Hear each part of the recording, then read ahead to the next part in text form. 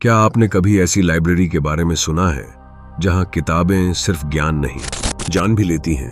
एक ऐसी जगह जहां शब्दों में आत्माओं की चीखें कैद हैं और हर पन्ना किसी इंसान के खून से सना हुआ है।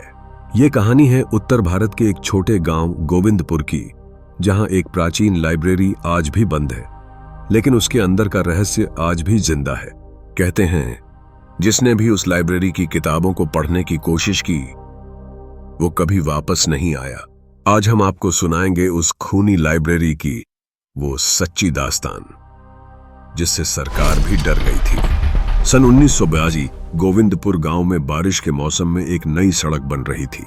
खुदाई करते वक्त मजदूरों को एक पुरानी तहखाना नुमा इमारत दिखी, दीवारों से ढंकी हुई, लोहे के दरवाजों से बंद।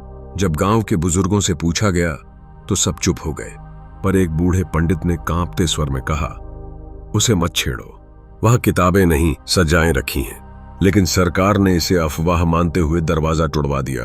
अंदर निकली एक लाइब्रेरी, चारों ओर ऊंची अलमारियां, लाखों किताबें, और हर किताब के ऊपर एक नाम लिखा हुआ जैसे वो किसी की थी।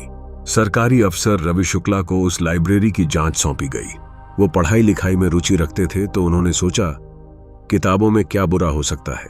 उन्होंने पहली किताब उठाई, उसका नाम था तपस्या और तांडव। जैसे ही उन्होंने किताब खोली, कमरे में हवा रुक गई।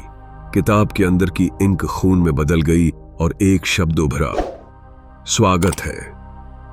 रवि के शरीर में ठंड सी दौड़ गई। उन्होंने तुरंत किताब बंद कर दी, लेकिन तब तक बहुत देर हो चुकी थी। अगले दिन रवि शुक्ला गायब हो गए। उनकी टोपी और चश्मा लाइब्रेरी के फर्श पर पड़े मिले। किताब उसी जगह खुली थी। अब उसके कवर पर लिखा था रवि शुक्ला। गांव में खलबली मच गई। सरकार ने तुरंत उस जगह को सील कर दिया और दीवारें खड़ी करवा दी। लेकिन अजीब बात यह थी कि हर अमावस्या की रात उस बंद लाइब्रेरी से फुसफुसाहटें आती थीं, जैसे कोई धीरे धीरे पढ़ रहा हो।